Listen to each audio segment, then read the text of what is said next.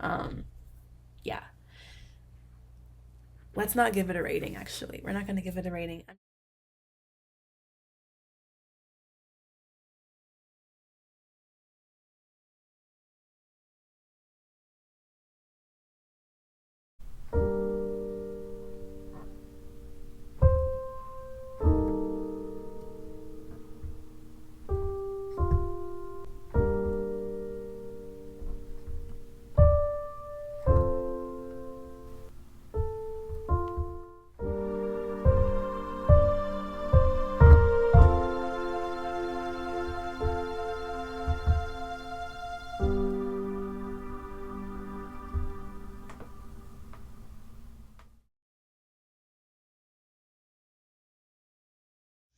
Hey fellow Force users, what is up? It's Jasmine, the Ahsoka Tano fan. Welcome back to my YouTube channel. Time for another episode of Star Wars Visions. I'm gonna see if I can watch a few, or at least a couple today, so I could start editing them and getting them out relatively quickly as I can. It was an interesting start to the series. The last episode we saw, I hadn't have a chance. Can't talk today. I haven't had a chance to respond to any comments yet, but I was kind of reading through them just to see some of what you guys were saying. I know one of you pointed out that the main character in the last episode, his name wasn't actually Ronin, but it's like more like a Japanese title, which I did not know actually. So you learn something new every day. You guys seem to like the episodes. I know one of you were asking certain questions regarding the episode, such as what was that actually beneath the waterfall? Was it some sort of Sith temple? I'm wondering also what the Ronin character was doing with all those kyber crystals. I don't know if they're from enemies or if they're from allies, because it did look like at the end of the last episode he got the kyber crystal from the woman's weapon, I believe, if I remember correctly. One of you pointed out too that the bandits actually seem to have a mixture of stormtrooper armor, first order armor, as well as imperial armor, which is interesting because actually when I was editing my video, I was looking at the episode again as I was cutting up the clips. I was actually asking myself, I'm like, wait, hang on, is that a first order helmet there? But then, oh look, that guy's wearing a stormtrooper helmet, so I think they're still the Empire.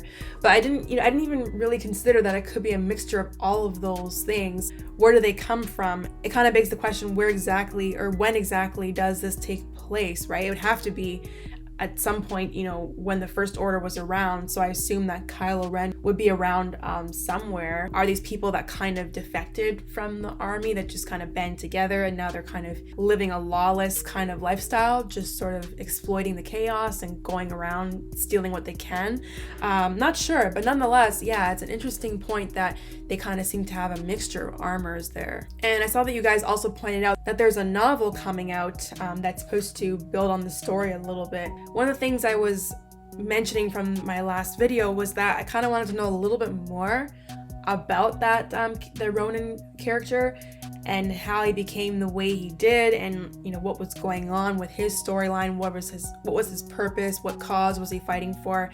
And so it'd be cool if in some way they can kind of develop that story a little bit more. That's the only flaw I could see with disconnected shorts like the ones we're witnessing in this series, is that if you want to find out more about the characters in the story, like there is nothing else. So it's kind of just giving you a taste and then just leaving you wanting more. And I was also mentioning how I wish that woman did not get killed off so quickly. I know a couple of you agree with me as well. One of you also said that there's more female villains coming up, I think. So I haven't watched that far ahead, but I guess I'm going to find out soon. This one's called Tatooine Rhapsody. So a band with big dreams must save one of their own from Jabba the Hutt and Boba Fett. So that's interesting. So we're going to see Jabba and Boba. That was one of my other questions, which was, are we going to see any familiar faces in this series? And it looks like we are, at least in this episode. Let's dive in, guys, and see what's in store for us. Sorry, my chair keeps squeaking. I don't know why. I feel like I have to sit so still. Any slight movement creaks. Tatooine Rhapsody. Oh, shoot. This is a flashback to the Clone Wars because I just saw a battle droid there. Oh, okay, it's a youngling. It's not Kanan, is it? Or Caleb, I should say. Wait, What? Well, I guess I shouldn't be surprised because the synopsis did mention a band. But I don't think we've ever seen a band like this in Star Wars, have we? Not a rock band, anyway. They're usually, like, I don't know, jazzy sounding. Like at those canteens, you know, on Tatooine and Coruscant. Oh. Is that Boba Fett there? That's Boba! But he looks little, but he's wearing the grown-up Boba Fett armor. That sounds like Tamara Morrison's voice. Oh my gosh. So it's definitely the older Boba Fett. So this would definitely take place during the original trilogy. So is he trying to force them to go and perform for Jabba? I don't know why this reminds me of the circus that performed for Hondo. Not quite the same though, but I don't know. Was he contacting Jabba or something? Oh shit, I didn't realize they were all in the same body. Slave 1, Boba Fett. I definitely noticed this one is not in black and white, whereas the last one was. And the animation style is like totally different. I think this series is supposed to be from different Japanese artists. So I think they're all from different people, so they're supposed to feel completely separate from one another. But that's definitely shown by the difference in animation. Because even in the Clone Wars, Rebels, they may have different directors for each episode, but like the animation's the same, right? This one's not the case.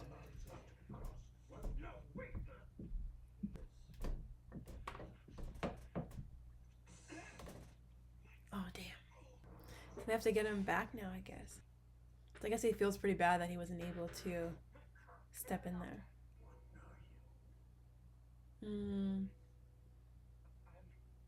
The Jedi. Or I don't know what I am. No. So that must have been right after Order 66, I assume. Reminiscing.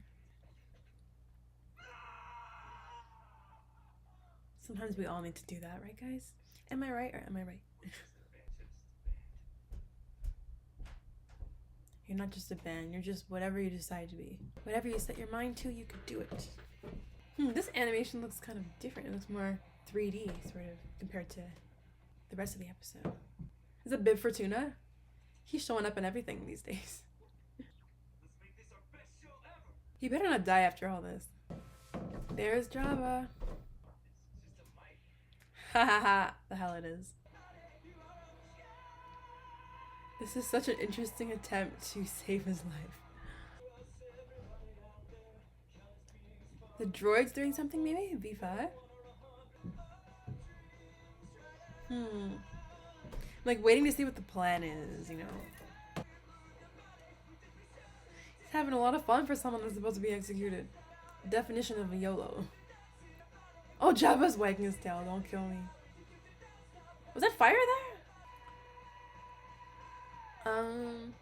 That's a high jump. Almost like he had to use the Force to do it. Okay, I'm enjoying the performance and all, but time to whip out the lightsaber and show us some action. Maybe they want an encore. Buy them more time. Sweating. See, encore. I knew it. I'm good at this. They didn't shoot him, did they? No, they shot up in the air. I was gonna say, it's a little too dark for the episode. No wonder they're so good at the drums, because there's 3 of them, right? Jabba's having a good time. Wait, hold on. That's the ending? So, does he get executed? Okay, hang on. It's about to autoplay the next episode for me. The twins, almost. Okay. I'm gonna pause this. Okay, guys, we gotta talk about that episode. Let's start with the positives, because I hate to say it, I think that will be the quickest to get through compared to the negatives. Okay, so positives, it was a very unique Star Wars story because we've never really seen that perspective before, where we have a musical band, you know, traveling through the galaxy. And again, like we always think of Star Wars in terms of the actual wars, the battles. We've seen a lot of the battles. We've also seen people that are on more neutral planets, what they have to go through, and what happens when they are harassed by bandits, like in the last episode, or in the Clone Wars, like what Hondo would do when he was there was that one episode in season 2 where he was trying to I think rob the farmers, and then the Jedi had to step in, protect them. And yeah, you have neutral planets that don't really want to pick a side, but then they end up being forced to pick a side because the separatists will try and come take them over. So we've seen all those perspectives, but it's kind of rare where we actually see a perspective of people just kind of having fun, you know what I mean? And I feel like that's what this episode brought, just kind of a lot of fun, like a lighthearted moment where you can enjoy like a musical band. It kind of makes it more relatable to our everyday lives. The irony in all of it is that the guy was supposed to still be executed by Jabba. Now, I guess we're led to believe by the end there that maybe Jabba might change his mind because he might end up becoming a sponsor of the band instead. But nonetheless, it just shows that even in war, if you're enjoying some downtime, there's still always going to be the war looming over you. That's always going to be the dark cloud looming over you.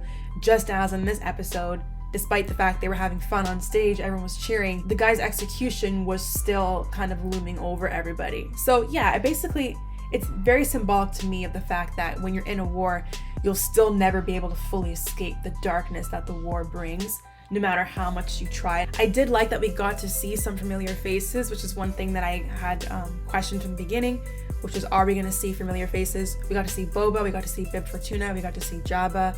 That makes it feel more Star Warsy, right? Which I guess is kind of leading into my first con, which was, I'm not sure how Star Wars-y this episode felt to me. If it weren't for showing those familiar faces, it kind of would not have really felt like Star Wars to me.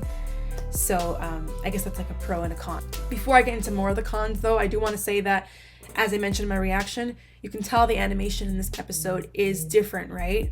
Which is important because even in What If, with Marvel, the other show that I'm currently reviewing, each of their episodes are separate from one another, right? But you can tell that it's kind of the same universe, and it feels a little bit more connected, you could say, largely in part due to the animation style. The animation style stays consistent, whereas in this series so far, it doesn't really seem to be the case. The animation style from the first episode was way different than this one. It was in black and white, and even like the textures look different to me. It's not necessarily a bad thing, but it's definitely something that I noticed right off the bat, which kind of makes each episode feel that much more different from the other one. But I guess that was intentional. Now the cons, as I kind of mentioned, if it weren't for the familiar faces, this would not really feel that much like Star Wars to me. There wasn't really enough conflict for me. I get the guy was marked for execution, but they never really wrapped it up enough. To me, if you're gonna introduce a conflict like that, you gotta somehow address it by the end of the episode. In the last episode, you knew the conflict was that these bandits were coming to threaten the villagers and whatnot, and so you had to step in and fight off the bandits, and that's exactly what they did. And they killed my sis, which I'm still not happy about.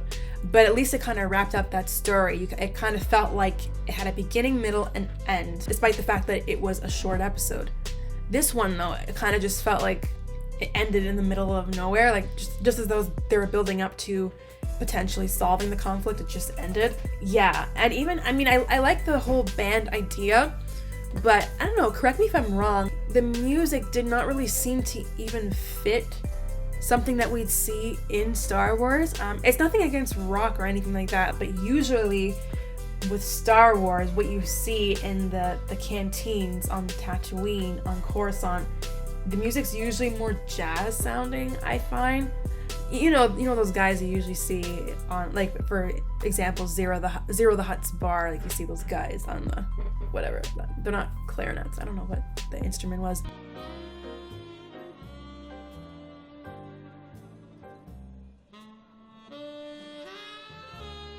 The overall feel when you enter these Star Wars spaces, these bars, it's usually that kind of consistent jazz sounding music. The music in this episode, however, was totally different. I don't know, that's just my thought anyway. Maybe it didn't really matter to some of you. It was good that they showed us a little bit of the relationship between the main guy who was a Jedi and the one that was marked for execution. They kind of showed how they met. So that was good. They at least kind of built that relationship a little bit, showed us how they met and why he has to go back for him. But again, I would have liked to have seen that conflict addressed a bit more. Were they able to rescue him in the end? It's also got to be realistic too, right? There's no way you're going to go perform for Jabba and then, you know, he's going to love you so much that he'll spare your life. That's not really something we'd see in Star Wars. If anything, it'd be more like the Clone Wars episode I was mentioning earlier. What the younglings did was they put on a performance to distract the pirates because they really had an ulterior motive. They had another plan. While they were distracted, they would break Ahsoka out, give her her lightsabers, and so on and so forth. They had that all figured out, so it made sense why they went in with that distraction, that performance. But with this, like, I didn't really see any type of plan other than, can you be our sponsor? I don't know, but honestly, at the same time, guys, maybe each episode has their own purpose. Maybe it wasn't supposed to be realistic and have a completely fleshed out storyline. Maybe it was just supposed to be a quick little fun take, you know, hey, what would it be like if we had a band, you know, and someone on the band's a Jedi and they meet Boba Fett and Jabba the Hutt. What would happen? Let's just have fun with it. Like, that means maybe just the point of the episode. It's possible maybe I'm judging it in a way that I shouldn't be, but I'm just comparing to other Star Wars content we've gotten and the last episode, and I feel like the storyline was just completely lacking compared to the first episode. Yeah. Let's not give it a rating, actually. We're not going to give it a rating. But in the meantime, you guys let me know what you thought down below in the comments, as always. And don't forget to leave a like and subscribe, guys. And I will see you for the next episode of Star Wars Visions. Until next time, guys, take care. See you soon.